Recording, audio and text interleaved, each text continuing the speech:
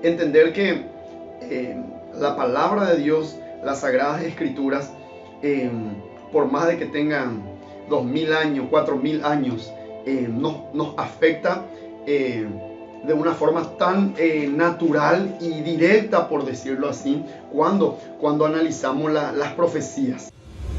La casa de Israel. Y en programas anteriores explicamos qué es lo que es la casa de Israel, ¿verdad? Y cómo el pacto renovado, el Nuevo Testamento, nos enseña sobre la casa de Israel. El apóstol Pablo nos habla de cómo ocurre el cumplimiento de estas profecías de la casa de Israel, ¿verdad? Es Jesús también nos habla de la casa de Israel. Porque necesitamos entenderle a Jesús en su contexto cultural. El justo por la fe vivirá. Ahora, ¿quién es el justo? ¿Qué es la fe? Y ahí nos encontramos con otra riqueza. Cuando analizamos en el griego lo que es la fe, no tiene la misma base y la misma riqueza que tiene en el contexto hebraico, ¿verdad? La fe. O también quién es justo, ¿verdad? Justo es aquel que guarda los mandamientos, aquel que fue conectado al pacto a través de Yeshua y viene a guardar los mandamientos. Oye, fuiste justificado por Yeshua, entonces me decía, y yo tengo que obedecer las instrucciones del Padre. No hace falta obedecer si ya fuiste justificado por Yeshua. Sí, la gracia, la gracia. A ese punto yo llegaba de malinterpretar Es la que gracia. vemos, cuando hablamos de guardar mandamientos, no estamos, por supuesto, en contra de la gracia. Al contrario, estamos validando de una forma legal lo que es la gracia, ¿verdad? Porque si no había pecado, obviamente no iba a haber gracia. ¿Y qué es pecado? Pecado es transgredir las instrucciones del Padre. Pecado es transgredir la ley de Dios. Entonces no nos podemos deshacer de la Torah, no nos podemos deshacer de la ley y tampoco podemos elegir lo que nos gusta.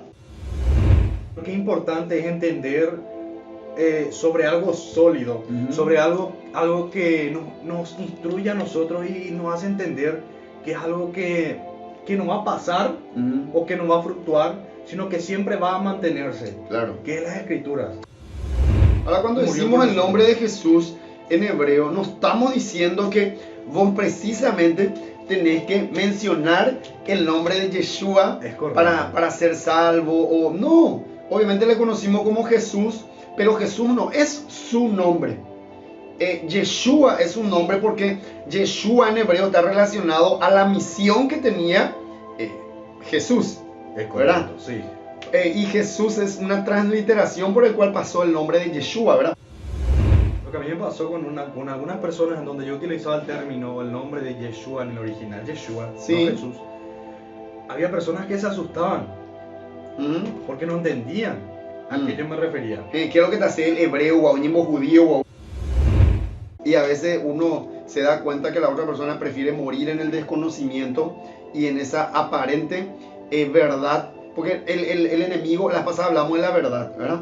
Con verdad como un trayecto, como un camino. La verdad tiene su esencia en Elohim. A veces nosotros, las personas prefieren abrazar esa mentira disfrazada de verdad, ¿verdad? Y siempre decimos esto, que el enemigo de la verdad no es una gran mentira. Es una verdad a media. ¿Por qué se nos cuenta la historia del hijo pródigo? Justamente haciendo referencia a las dos casas. La casa de Israel y la casa de Judá. ¿Verdad? En toda la Biblia está la casa de Israel y la casa de Judá. La casa de Israel, Isaías, Jeremías, Ezequiel. Siempre vemos la casa de Israel, la casa de Judá. La intención del Padre siempre es unir. ¿Por qué estamos hablando de Amós 8, 11? Porque este es el tiempo donde nos estamos despertando, Edilson, y estamos volviendo a las instrucciones del Padre. Porque ya no nos escuchamos gente por todas partes que nos dice, cierto, esto me parecía que no estaba bien en nuestro cristianismo, pero ¿por qué?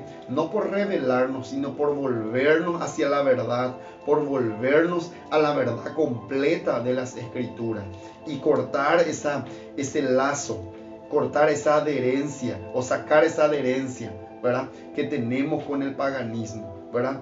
Porque nuestro modelo es Yeshua, los apóstoles de la iglesia primitiva. el apóstol Juan, cuando él decía arrepentidos porque el reino de los cielos se ha acercado, es porque la oportunidad de volver ya ha llegado. La oportunidad de volver, arrepentimiento.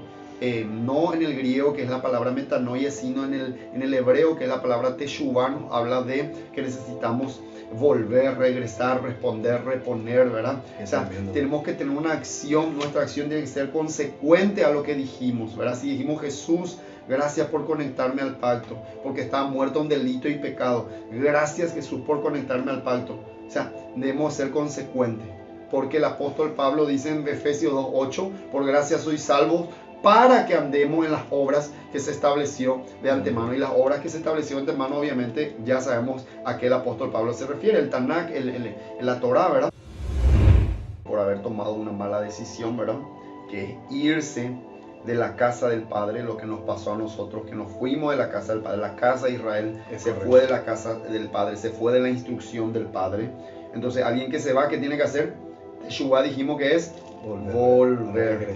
Entonces el apóstol, cuando Juan dice arrepentidos, volved, está diciendo, ¿verdad?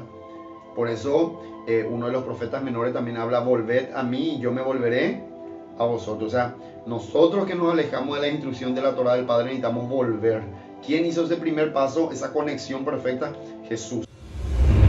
En la iglesia cristiana empieza a haber un hambre de qué cosa, de la palabra de Dios. Estamos cansados de aplicaciones superficiales. Necesito contexto, necesito algo más puro, algo más real, algo que está relacionado con el contexto escritural. ¿Qué es lo primero que necesitamos hacer? Necesitamos entender que necesitamos retornar, necesitamos hacer teshuvah, volvernos al corazón del Padre, volvernos a la palabra de Dios en su totalidad. Debemos levantarnos y caminar, por supuesto, hacia la casa del Padre. ¿Por qué? Porque entendemos que en esta parábola vemos el cumplimiento, ¿verdad?, de la última profecía, que es la restauración de las dos casas, la casa de Israel y la casa de Judá. Este pasaje siempre se utilizó para decirle, vos que estás perdido, vení, vos sos el hijo pródigo, vos que te alejaste de la iglesia, vení, ¿verdad? Pero lo que es el mensaje espiritual y no está mal, ¿verdad?